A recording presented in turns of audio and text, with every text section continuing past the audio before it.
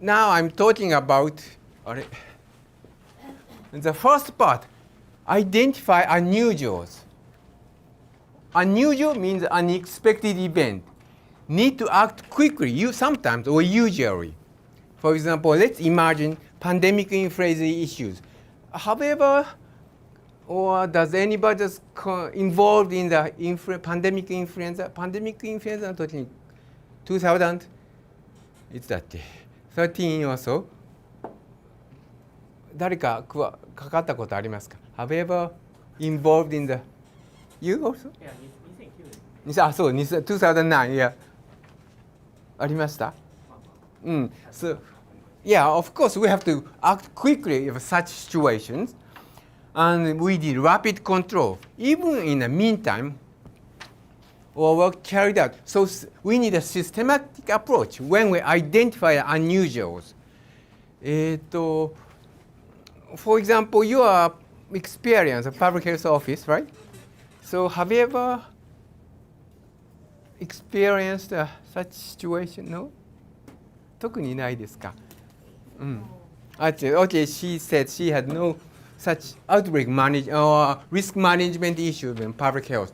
So I'll tell you our systematic approach. So this is some sort of index of outbreak management issues. First, confirm unusuals. So as I mentioned, the first one is confirm unusuals, or let's say pick up unusuals. Yeah, for the public health practitioner epidemiologists, pick up unusuals is also a very big issue. However, today we do not have time to move into it, so just skip it.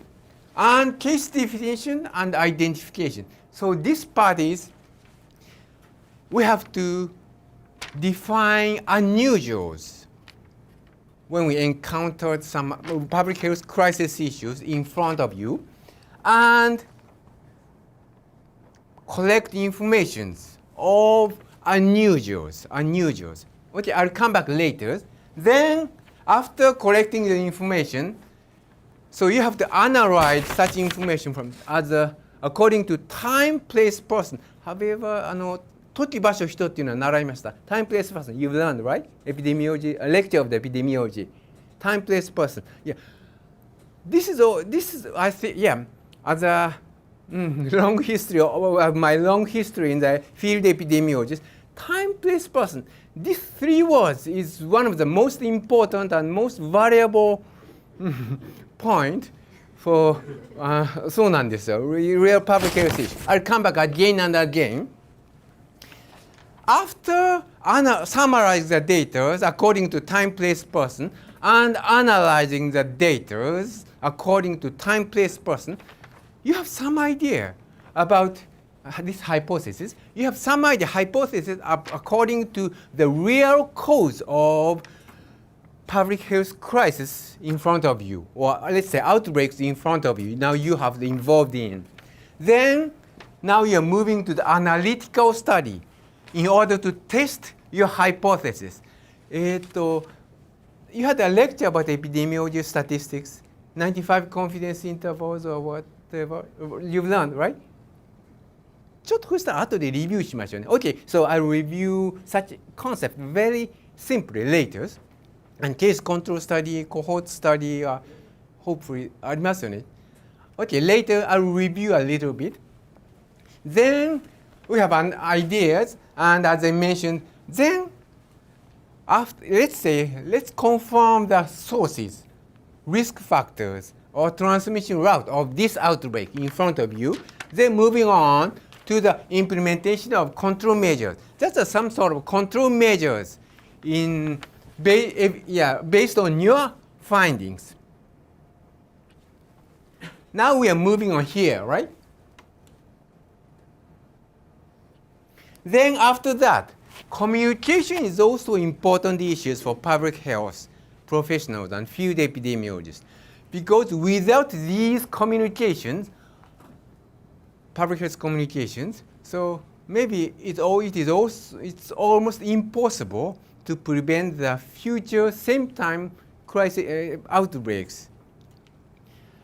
ここもちょっと本当は This part is also very important, very huge issues. However, today we are focusing on from here to here, case definition to implementation of control measures. So that is some sort of index or general schemes of outbreak management. So I'll step one by one, I'm moving on one by one to explain in detail. So some detection, unusuals. So how do you detect unusuals? As I mentioned, we have a routine surveillance. Does any, those who used to work in the hospitals, do you know how many reportable disease under routine surveillance in Japan? どれぐらいか知ってますか? It's more than 100. As far as I'm concerned, it's too much, too many, too manageable. Or excuse me, you're from Malaysia. How many reportable disease, communicable disease under routine surveillance in your country?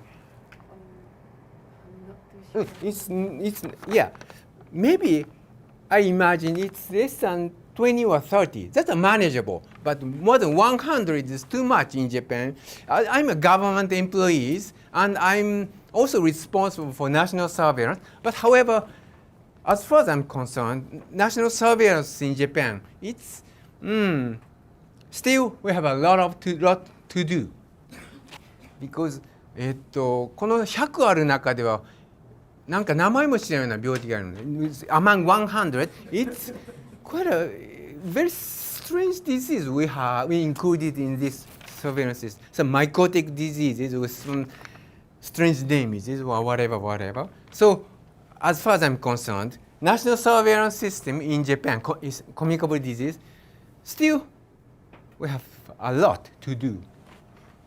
But anyway, or sometimes from the laboratories, unusual things have happened from the laboratory or general public or media. Yeah, recently the power of media is very strong. So sometimes the media news is very quicker than the public health channels. But so is this outbreaks? This is the first step. Confirm the outbreaks. So confirm the unusuals. How to confirm? Yeah, of course. Now we are focusing on outbreaks or communicable disease.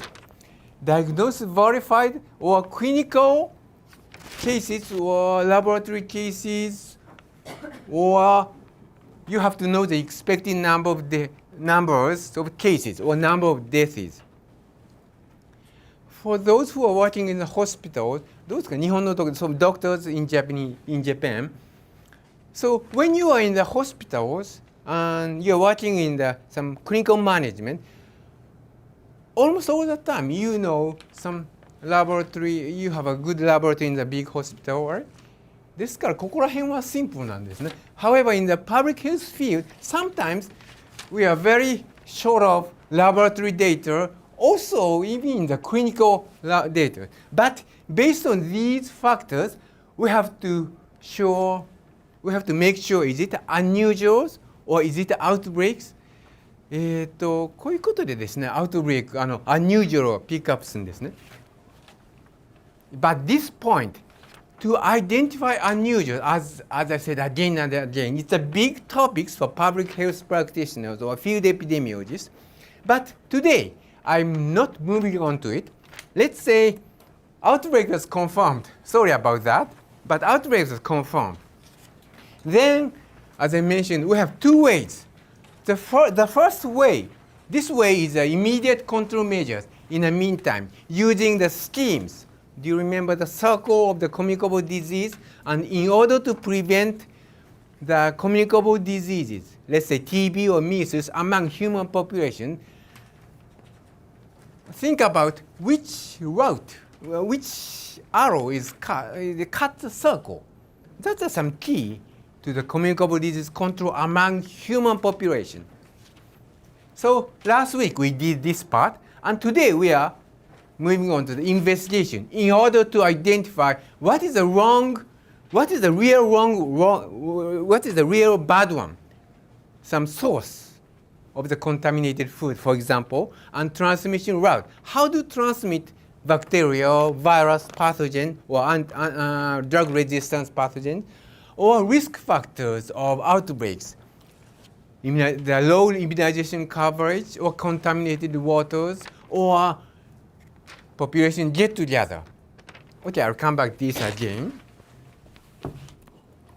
So after, but control in the meantime, still sometimes, control in the meantime means prophylaxis, vaccination, or whatever. But sometimes,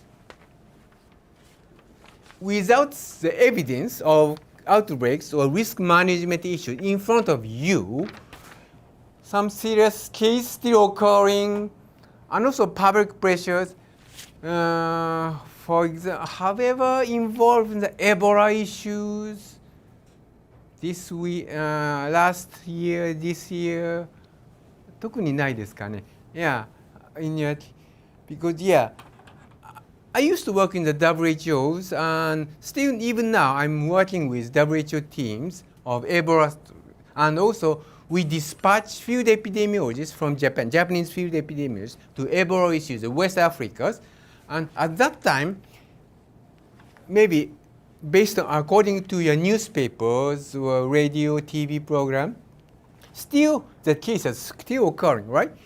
Even though after the control measures, I do not talk about in detail control measures, but the cases are still occurring in Ebola situation. And so WHO is very worried, not only WHO, but also many countries in all over the world was worried about spread and how to control, how to let them over. So that's a public pressure.